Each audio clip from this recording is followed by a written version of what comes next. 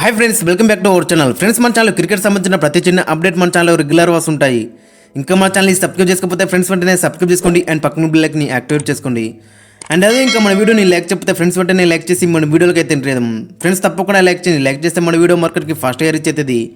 ఇక ఐపీఎల్ 2024లో మరి match number 18 వచ్చేసి సిఎస్కే వర్సెస్ ఎస్ఆర్హెచ్. ఈ మ్యాచ్ వచ్చేసి మరి అక్కడ మన ఉప్పల్ స్టేడియంలో జరగబోతుంది. ఇక మన ఎస్ఆర్హెచ్ అయితే టేబుల్ నెంబర్ 6th ప్లేస్లో ఉంది. 3 మ్యాచ్లో ఒకటి గెలిచింది, 2 అయితే ఓడిపోయింది. ఇక మరోవైపు సిఎస్కే మరి 3rd ప్లేస్లో ఉంది. టేబుల్లో 3 మ్యాచ్లో 2 గెలిచింది, ఒకటైతే ఓడిపోయింది. ఇక యూజువల్గా హైదరాబాద్ వికెట్ మాత్రం చాలా బ్యాటింగ్ ఫ్రెండ్లీ వికెట్ అయితే ఉంటుంది. మనం లాస్ట్ మ్యాచ్ ఇక్కడ జరిగిన మ్యాచ్లో చూసినాం కానీ మన ముంబై పైన మనోళ్ళు అయితే ఎంత డామినెన్స్ క్రియేట్ చేసిలో దెబ్బ క్రికెట్లన్నీ బద్దలైనాయి. మరి చూడాలి మరి ఈ మ్యాచ్కి ఎలాంటి వికెట్ ఇస్తారనేది. ఇక ఎస్ఆర్హెచ్ ఇక్కడ రికార్డ్ చూసుకుంటే మరి 52 మ్యాచ్లో 31 గెలిచింది, 20 మ్యాచ్ అయితే ఓడిపోయింది. ఇక అందులో మరి ఫస్ట్ బ్యాటింగ్ చేసి 14 సార్లు గెలిచింది, సెకండ్ బ్యాటింగ్ చేసి 17 సార్లు గెలిచింది. మరి రికార్డ్ మాత్రం చాలా బెటర్ ఉంది మనకి ఇక్కడ మాత్రం. చూడాలి మరి ఏ విధంగా రాణిస్తున్నది. ఇక మరోవైపు సిఎస్కే రికార్డ్ చూసుకుంటే మరి ఇక్కడ 6 మ్యాచ్లో 3 గెలిచింది, 3 అయితే ఓడిపోయింది.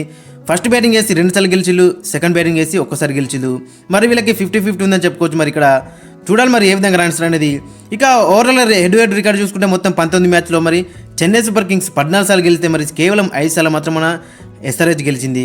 మరి హెడ్ ప్రకారం చూసుకుంటే మాత్రం చాలా మరి సిఎస్కే డామినేట్ చేసిన చెప్పుకోవచ్చు మన ఎస్ఆర్హెచ్ని. ఇక టీమ్స్ విషయానికి అయితే మరి ఫస్ట్ మనం చెన్నై సూపర్ కింగ్స్ టీం చూసుకుంటే మరి చెన్నై సూపర్ కింగ్స్ 3 మ్యాచ్లో 2 గెలిచింది, ఒకటైతే ఓడిపోయింది. లాస్ట్ మ్యాచ్ గెలిచిన 2 మ్యాచ్లు కూడా వాళ్ళ కంచుకోటలో గెలిచింది, అక్కడ చీపాక్లో. మరి చూడాలి మరి ఈ మ్యాచ్ ఏ విధంగా రాణిస్తారు అనేది. ఇక్కడ కూడా వాళ్ళకంత రికార్డ్ అయితే బాగలేదు. 6 మ్యాచ్లో 3 అంటే 3 గెలిచిండు హైదరాబాద్లో. కాబట్టి మరి ఏ విధంగా రాణిస్తారు అనేది ఇంట్రెస్టింగ్ కనబడుతుంది. ఇక వీళ్ళ కాంబినేషన్ ఒకసారి మనం చూసుకుంటే మరి రుతురాజ్ గైక్వాడ్ అండ్ రచిన్ రవీంద్ర అయితే బరిలోకి దిగుతాడు. ఇక రచిన్ రవీంద్ర అయితే మంచి ఫామ్ ఉన్నాడు. 2 మ్యాచ్లో కూడా మంచిగా రాణించింది కానీ పెద్ద నాకైతే కన్వర్ట్ చేయలేకపోయాడు. లాస్ట్ మ్యాచ్లో కూడా మరి అక్కడ డిసప్పాయింట్ చేసిన చెప్పుకోవచ్చు. కేవలం 2 కొట్టింది మరి అక్కడ. కాబట్టి మరి ఈ మ్యాచ్లో ఏ విధంగా రాణిస్తున్నాడని ఇంట్రెస్టింగ్ కనబడుతుంది. ఫస్ట్ 2 మ్యాచ్లో మనకి స్టార్స్ దొరికినాయని దాన్ని అయితే పెద్ద నాకు కింద అయితే కన్వర్ట్ చేయలేకపోయాడు. చూడాలి మరి ఏ విధంగా రాణిస్తున్నాడనేది. ఇక మరో ఓపెనర్ వచ్చేసి రుతురాజ్ గైక్వాడ్. మరి కెప్టెన్సీ ప్రెజర్ అయితే ఖచ్చితంగా ఇతని బ్యాటింగ్లో కనబడుతుందని చెప్పుకోవచ్చు. మరి చూడాలి మరి ఈ మ్యాచ్లో దాన్ని ఏ విధంగా రెక్టిఫై చేసుకొని మరి ఈ మ్యాచ్లోకి అడుగు పెడుతున్నా అనేది చూడాలి. ఎందుకంటే మరి జల్దీగా ఓడితే మరి క్రీజ్లో అయితే ఉండలేకపోతున్నాడు. చూడాలి మరి ఈ మ్యాచ్లో ఏ విధంగా మరి దాన్ని రెక్టిఫై చేసుకొని వచ్చిందన్నది. ఇక నెంబర్ 3లో అజింక్య రహానే కూడా లాస్ట్ మ్యాచ్లో డీసెంట్గా రాణించి 45 కొట్టిండు, 30 బాల్లో 5 4లు 2 6లు 150 స్ట్రైక్ రేట్తోని. కానీ అంతకుముందు 2 మ్యాచ్లో కూడా కొంచెం ఇబ్బంది పడ్డాని చెప్పుకోవచ్చు. మరి చూడాలి మరి ఈ మ్యాచ్లో ఏ విధంగా రాణిస్తుంది అనేది. ఇక నెంబర్ 4లో డేరిల్ మిచ్చరు. మరి బౌలింగ్లో మనోడు కొంచెం ఇరిగేస్తున్నా కానీ బ్యాటింగ్లో కూడా లాస్ట్ మ్యాచ్లో కొంచెం మరి అక్కడ స్ట్రైక్ రేట్ తక్కువ ఉన్నా కానీ మరి 34 అయితే కొట్టిండు. బౌలింగ్లో కూడా క్రూషియల్ వికెట్లు అయితే తీస్తున్నాడు. కాబట్టి మరి యూస్ఫుల్ ఆల్రౌండర్ కింద అయ్యే అవకాశం ఉంటుంది. మన హైదరాబాద్ వికెట్లో కూడా మరి స్పిన్నర్లకు అంత హెల్ప్ ఉండదు కానీ మరి ఇతనికైతే కొంచెం హెల్ప్ అయితే ఉండే అవకాశం ఉంది. ఇక నెంబర్ 5లో శివన్ దూబే కూడా లాస్ట్ మ్యాచ్లో మరి ఇబ్బంది పడ్డాడని చెప్పుకోవచ్చు. 18 కొట్టిండు 17 బాల్లో. ఇక ఒక 4 మాత్రం కొట్టిండు. మరి చూడాలి మరి ఈ మ్యాచ్లో ఏ విధంగా రాణిస్తారు అనేది. ఇక నెంబర్ 6లో సమీర్ రిజ్వీ కూడా లాస్ట్ మ్యాచ్లో మరి డక్అవుట్ అయిందని చెప్పుకోవచ్చు. అంతకుముందు మ్యాచ్లో రషీద్ ఖాన్ బౌలింగ్లో 2 6లు కొట్టినా అని మరి లాస్ట్ మ్యాచ్లో తేలిపోయిందని చెప్పుకోవచ్చు. ఇక నెంబర్ 7లో రవీంద్ర జడేజా మరి అక్కడ బ్యాటింగ్లో అండ్ బౌలింగ్లో కొంచెం మనకి అనుకున్నట్టయితే రాణించలేకపోతున్నాడు. మరి చూడాలి మరి ఈ మ్యాచ్ నుంచి అతని మార్క్ ఏమైనా మారుతుందనేది. ఇక నెంబర్ 8లో కెప్టెన్ MS ధోని. లాస్ట్ మ్యాచ్లో మనం చూసినాక ఆ మెరుపు ఇన్నింగ్స్ 37 కొట్టిన 16 బాల్లో 4 4లు 3 6లు 231 స్ట్రైక్ రేట్తోని. ఈ మ్యాచ్లో కొంచెం ముందుకు వెళ్తే మాత్రం చాలా బెటర్ ఉంటుంది. అక్కడ నెంబర్ 5 నెంబర్ 6 అత్తే మాత్రం చాలా బెటర్ ఉంటుంది. ఇక నెంబర్ 9లో దీపక్ చహర్ కూడా ఒక మ్యాచ్లో వికెట్లు ఇస్తున్నాడు, ఒక మ్యాచ్లో 2 మచ్ రన్స్ అయితే ఇస్తున్నాడు. మరి కన్సిస్టెంట్ అయితే వికెట్లు అయితే తీయలేకపోతున్నాడు. చూడాలి మరి ఈ మ్యాచ్లో ఏ విధంగా మరి వస్తున్నది.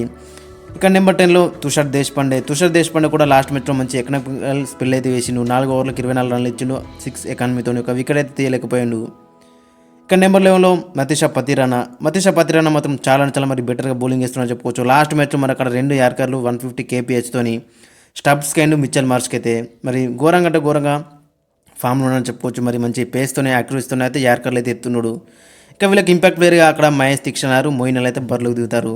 ఇక ఫైనల్ లెవెల్ ప్లేయింగ్ లెవెన్ చూసుకుంటే రుతురాజ్ గైక్వాడ్, రచిన్ రవీంద్ర ఓపెనింగ్ చేస్తే నెంబర్ 3లో అజింక్య రహానే, నెంబర్ 4లో డేరిల్ మిచెల్, 5లో శివన్ దూబే, 6లో రవీంద్ర జడేజా, 7లో సమీర్ రిజ్వీ, 8లో MS ధోని, 9లో దీపక్ చహర్, 10లో తుషార్ దేశపాండే, 11లో మతీషా పతిరానా. ఇంపాక్ట్ ప్లేయర్గా తీక్షణ అయితే బరిలోకి దిగుతాడు.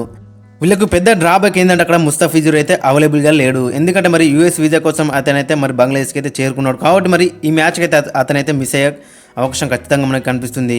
అతని ప్లేస్లో మరి అక్కడ Matheesha Pathirana direct playing level ఉంటాడు. ఇక తీక్షణ అయితే మరి ఇంపాక్ట్ ప్లేయర్ అయితే యూజ్ చేసే అవకాశం ఉంటుంది. ఇక మరోవైపు ఎస్ఆర్హెచ్ చూసుకుంటే మరి ఎస్ఆర్హెచ్ టేబుల్లో మరి అక్కడ 6th ప్లేస్లో ఉంది. 3 మ్యాచ్ల్లో 1 గెలిచిళ్ళు, 2 అయితే ఓడిపోయారు. 2 మ్యాచ్లు కూడా గెలిచే మ్యాచెస్ అయితే ఓడిపోయారు. కాబట్టి మరి ఈ మ్యాచ్లో ఏ విధంగా స్ట్రాటజీస్ ఉంటాయన్నది మనకి ఇంట్రెస్టింగ్ కనబడుతుంది. కొన్ని మార్పులు అయితే ఖచ్చితంగా ఉండే అవకాశం ఉంది, కీలకమైన మార్పులు. ఇక ఈ మ్యాచ్ ఒకసారి కాంబినేషన్ ఒకసారి మనం చూసుకుంటే మరి అక్కడ ఓపెనర్స్గా హెడ్ అండ్ త్రిపాఠి అయితే బరిలోకి దిగుతారు.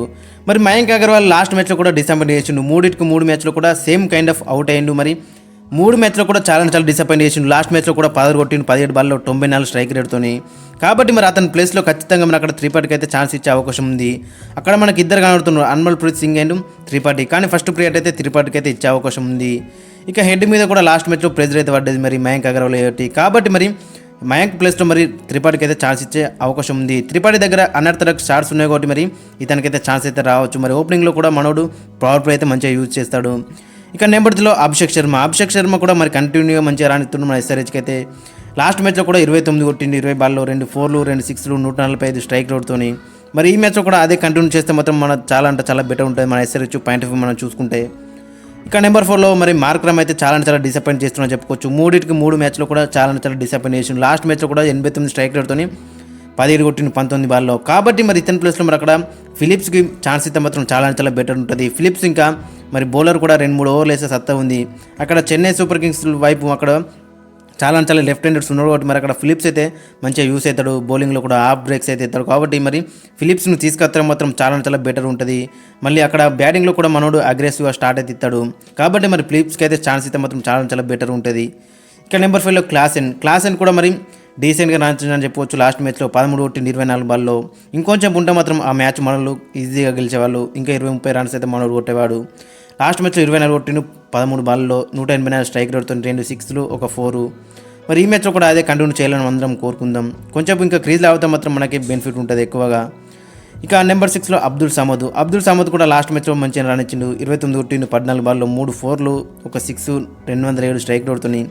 మనోడికి లాస్ట్ ఓవరు స్ట్రైక్ రాలే కానీ లాస్ట్ ఓవర్కి ఇట్లా స్ట్రైక్ అయితే మాత్రం ఇంకా 2-3 6 అయితే కొట్టేవాడు. ఇక నెంబర్ 7లో షహబాజ్ అహ్మద్ కూడా మరి యూస్ఫుల్ ఆల్రౌండర్ అని చెప్పుకోవచ్చు. కావాల్సినప్పుడు మంచి రన్స్ కొడతాడు అండ్ వికెట్లు కూడా అందిస్తాడు. కాబట్టి మరి యూస్ఫుల్ ఆల్రౌండర్ అని చెప్పుకోవచ్చు. ఖచ్చితంగా ప్లేయింగ్ లెవెల్ అయితే ఉంటాడు. లాస్ట్ మ్యాచ్లో కూడా డీసెంట్ రన్ ఇచ్చిండు, 22 రన్లు అయితే కొట్టిండు మరి అక్కడ. కాబట్టి మరి ఈ మ్యాచ్లో కూడా ఆల్రౌండ్ పడాల్సిన వస్తే మాత్రం చాలా బెటర్ ఉంటుంది. ఇక నెంబర్ 8లో కెప్టెన్ ప్యాట్ కమిన్స్ మనం లాస్ట్ మ్యాచ్లో చూసినాగా మరి 4 overs 28 రన్లు ఇచ్చి ఒక వికెట్ తీసుకున్నాడు 7 ఎకనమీతోని. అంతకుముందు మ్యాచ్లో కూడా మంచిగా రాణించినా చెప్పుకోవచ్చు. మరి చూడాలి మరి ఈ మ్యాచ్లో ఏ విధంగా రాణించిన అనేది. ఇక నెంబర్ 9లో భువనేశ్వర్ కుమార్ మాత్రం చాలా మరి ఇబ్బంది పడుతున్నారని చెప్పుకోవచ్చు. లాస్ట్ మ్యాచ్లో డీసెంట్గా బౌలింగ్ చేసినా కానీ ఒక వికెట్ కూడా తీయలేకపోయాడు. మరి ఓవరాల్ ఈ ఐపీఎల్ ఒక్క వికెట్ కూడా అతనికైతే దక్కలేదు. మరి చూడాలి ఏ విధంగా రాణించిన అనేది. ఇక నెంబర్ 10లో మయాంక్ మార్కండే కూడా మరి ఇక్కడ చాలా ఇబ్బంది పడుతున్నారని చెప్పుకోవచ్చు. ఫస్ట్ మ్యాచ్లో 2-3 వికెట్లు వేసినా కానీ తర్వాత 2 మ్యాచ్లో కూడా తేలిపోయిండు. 2 many రన్స్ అయితే ఇస్తుండ్రు. మరి ఇతని ప్లేస్లో మరి అక్కడ సుబ్రహ్మణ్యానికి ఛాన్స్ ఇస్తే మాత్రం చాలా బెటర్ ఉంటుంది. సుబ్రహ్మణ్యం దగ్గర కొంచెం అక్కడ మిస్టరీతనం కూడా ఉంది కాబట్టి మరి అక్కడ చాలా మరి హెల్ప్ఫుల్ ఉండే అవకాశం ఉంది సుబ్రహ్మణ్యను. మరి చూడాలి మరి అక్కడ టీం మేనేజ్మెంట్ ఎలాంటి నిర్ణయం తీసుకుంటుందో. TNPలో కూడా మనోడైతే తిరిగేదీసిండు. కాబట్టి మరి ఇతనికి ఛాన్స్ ఇస్తే మాత్రం చాలా బెటర్ ఉంటుంది సుబ్రహ్మణ్యానికి.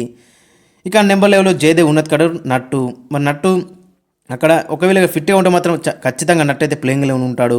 మరి ఫస్ట్ మ్యాచ్ చూసినాక కేకేఆర్ పైన మరి 3 వికెట్లు తీసుకున్నాడు. తర్వాత ఇంజూరీ కారణంగా 2 మ్యాచ్లో మిస్ అయినా కానీ ఈ మ్యాచ్ గిట్ట ఫిట్ ఉంటే మాత్రం నట్టుకి అయితే ఛాన్స్ అయితే రావచ్చు. మరి చూడాలి మరి అక్కడ టీం మేనేజ్మెంట్ ఎలాంటి నిర్ణయం తీసుకుంటుందో. ఇక ఇంపాక్ట్ ప్లేయర్ కింద అక్కడ సుందరారు ఉమ్రాన్ మలిక్ అయితే బరిలో దిగుతాడు.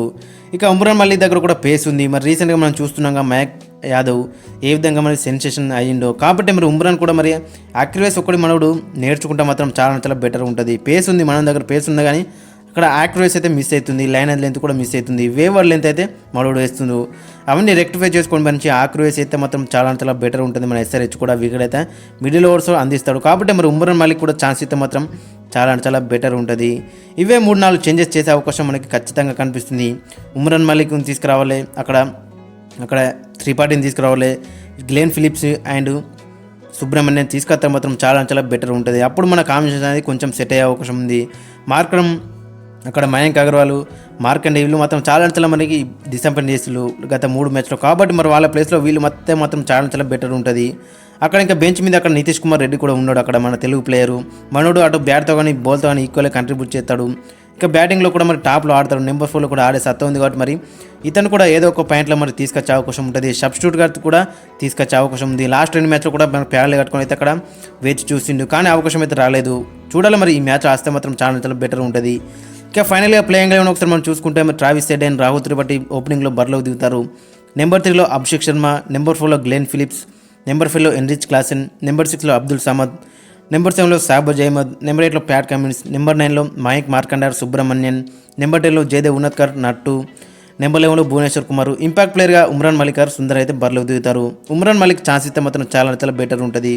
పేస్ ఉంది, మనం దగ్గర యాక్యురసీ లేదు. ఆ యాక్యురసీ గిట్ట తెచ్చుకుంటే మాత్రం డెడ్లీ బౌలర్ అయితే అవుతాడు. మరోసారి కూడా మరి మనకైతే వికెట్లు అయితే అందిస్తాడు, మ్యాచెస్ అయితే గెలిపిస్తాడు. మరి రీసెంట్గా మయాంక్ యాదవ్ని చూస్తున్నాం కదా, మరి 2 మ్యాచ్లు కూడా మరి లక్నోకి అయితే గెలిపించిండు. కాబట్టి మరి అతన్ని కూడా చూసి మరి ఇతనైతే కొంచెం నేర్చుకునే అవకాశం ఉంది. కాబట్టి మరి ఛాన్స్ ఇస్తే మాత్రం చాలా బెటర్ ఉంటుంది ఒక్కసారి. ఇక గ్లెన్ ఫిలిప్స్ని కూడా తీసుకొస్తే మాత్రం చాలా బెటర్ ఉంటుంది. యూస్ఫుల్ బౌలర్ కూడా అయ్యే అవకాశం ఉంటుంది. 2-3 ఓవర్లు కూడా వేసే సత్తా ఉంది ఇతనికి. ఇక సుబ్రహ్మణ్యం గురించి ఇంత ముందు మనం మాట్లాడుకున్నాం. మరి ఇతను కూడా తీసుకొస్తే మాత్రం చాలా బెటర్ ఉంటుంది. కొంచెం మిస్టరీ స్పిన్నర్ కాబట్టి మరి ఇతనికి ఛాన్స్ ఇస్తే మాత్రం చాలా బెటర్ ఉంటుంది. గుగ్లెస్ కూడా మరి షార్ప్ ఉంటుంది ఇతని. కాబట్టి మరి ఇతనికి ఛాన్స్ ఇస్తే మాత్రం చాలా మరి ఎస్ఆర్హెచ్కి అయితే యూస్ అయ్యే అవకాశం ఉంది. ఇక ఓవరాల్ చూసుకున్న మరి ఇవి చేంజెస్ చేసే అవకాశం ఖచ్చితంగా కనిపిస్తుంది. రాహుల్ త్రిపాఠి కూడా మరి అనర్థరక్ షాట్స్ ఉన్నాయి కాబట్టి మనోడు అయితే పవర్ ప్లేలో మంచిగా దాన్ని యూస్ చేసుకునే అవకాశం ఉంది. మనోడికి కొంచెం ఫ్రీడమ్ ఇచ్చి పోయి 4 6లు కొట్టి రాబో 200 స్ట్రైక్ అవుతాడంటే మనోడు అక్కడ కొట్టి వస్తాడు. కాబట్టి మరి అలాంటి ఫ్రీడమ్ ఇస్తే మాత్రం మనోడైతే రెచ్చిపోతాడు. చూడాలి మరి టీం మేనేజ్మెంట్ ఎలాంటి నిర్ణయం తీసుకుంటుందో. ఇక మరోవైపు చెన్నై సూపర్ కింగ్స్ మరి చాలా పటిష్టమైన స్క్వాడ్. మన ఎస్ఆర్హెచ్ పైన మంచి రికార్డు ఉంది వీళ్ళకి. అక్కడ ముఖ్యంగా మతీష పతిరాణతో అయితే మనలో అయితే జాగ్రత్తగా ఉండాలి. అక్కడ contest between Matheesha Pathirana and Klaasen contest మాత్రం చాలా మరి అక్కడ బ్యూటిఫుల్గా ఉండబోతుంది. చాలా మరి ఫైరీగా ఉండబోతుంది. మరి చూడాలి మరి ఆ కాంటెస్ట్లో ఎవరు గెలుస్తారనేది. ఇక ఫ్రెండ్స్ మరి మీ యొక్క ఒపీనియన్ కింద కామెంట్ సెక్షన్లో అయితే మెన్షన్, అండ్ మీ యొక్క ప్లేయింగ్ లెవెన్ కూడా కింద కామెంట్ సెక్షన్లో అయితే మెన్షన్. మరి ఏ టీం గెలుస్తుంది, ఏ టీం స్ట్రాంగ్ ఉన్నది అని మీరు ఖచ్చితంగా కింద కామెంట్ సెక్షన్లో అయితే మెన్షన్ చేయండి.